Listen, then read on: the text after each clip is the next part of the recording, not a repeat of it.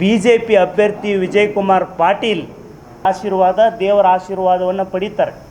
ಆದರೆ ಈ ಅಭ್ಯರ್ಥಿ ತೆರೆಯ ಮುಂದೆ ಕಣ್ಣೀರನ್ನು ಸುರಿಸ್ತಾ ಅತ್ಯಂತ ವಿಧೇಯತೆ ವಿನಯತೆ ಅತಿ ವಿನಯಂ ಚೋರ ಲಕ್ಷಣಂ ಅಂತ ಹೇಳ್ತಾರೆ.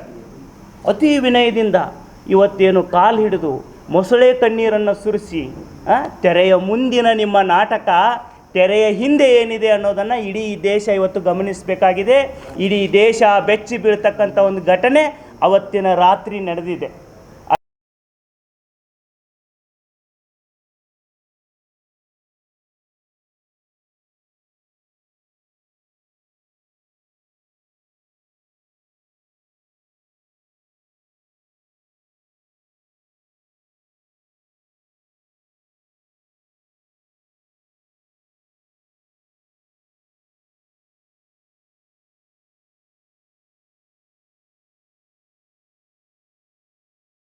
ಇದನ್ನು ಅಭ್ಯರ್ಥಿ ಸಂಭ್ರಮಾಚರಣೆಯ ವಿಧಾನವನ್ನು ನೀವೆಲ್ಲ ಗಮನಿಸಿದ್ರಿ. BJP ಮತ್ತು RSS ಮುಖಂಡರಿಗೆ ನಾನು ಕೈ ಮುಗಿದು ಪ್ರಾರ್ಥನೆ ಮಾಡ್ತೇನೆ, ಇಂತಹ ಪ್ರಜಾಪ್ರಭುತ್ವ ವಿರೋಧಿ ತೆರೆಯ ಮುಂದೆ ಒಂದು ತೆರೆಯ ಹಿಂದೆ ಗೂಂಡಾ ಸಂಸ್ಕೃತಿಯನ್ನು ಪ್ರದರ್ಶನ ಮಾಡ್ತಕ್ಕಂಥ, ಗುಂಡು ಹಾರಿಸೋದ್ರ ಮೂಲಕ ಸಂಭ್ರಮಾಚರಣೆಯನ್ನು ಮಾಡ್ತಕ್ಕಂಥ ಸಂಸ್ಕೃತಿ ಇರೋರಿಗೆ B ಫಾರ್ಮನ್ನು ಕೊಡುವಂತಹ ನೈತಿಕ ದಿವಾಳಿತನ BJPಗೆ ಬರಬಾರ್ದಾಗಿತ್ತು ಅಂಥೇಳಿ ನಾನು ಈ ಸಂದರ್ಭದಲ್ಲಿ ಹೇಳಿಕೆ ಬಯಸ್ತೇನೆ. ಇದೊಂದು ಭಾಳ ದೊಡ್ಡ ನೈತಿಕ ದಿವಾಳಿ. ಇಡೀ ದೇಶದಲ್ಲಿ BJP ತಲೆ ತಗ್ಗಿಸ್ತಕ್ಕಂಥ ಘಟನೆ ಇದು.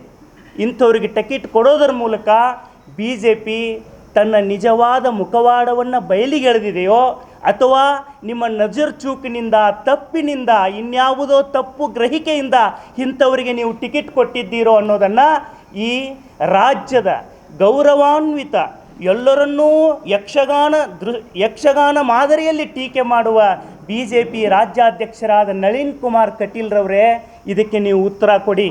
ನಮ್ಮ ಬಬಲೇಶ್ವರ ಮತಕ್ಷೇತ್ರ ಬಿಹಾರ ಆಗಬಾರ್ದು, ಜಂಗಲ್ ರಾಜ್ಯ ನಿರ್ಮಾಣ ಆಗಬಾರ್ದು.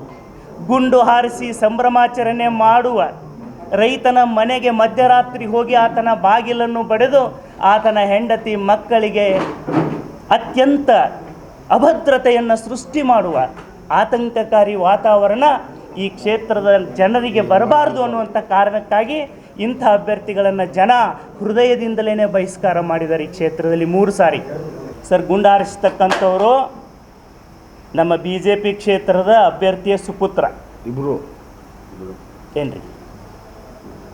ಮತ್ತು ಸಂಭ್ರಮಾಚರಣೆಯನ್ನು ಮಾಡಿ ಆದ ನಂತರ ಅವರ ಸುಪುತ್ರರು ಆ ವಿಜಯೋತ್ಸವವನ್ನು ಆಚರಿಸಿದ್ದಾರೆ.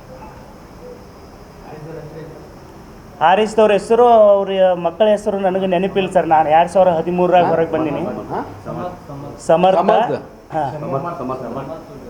ಅವರ ಸುಪುತ್ರರು ಅವರು ಇಬ್ಬರು ಗುಂಡು ಹಾರಿಸಿ ಸಂಭ್ರಮಾಚರಣೆಯನ್ನು ಮಾಡಿದ್ದನ್ನು ತಾವು ಕ್ಲಿಪ್ನಲ್ಲಿ ನೋಡಿದ್ದೀರಿ.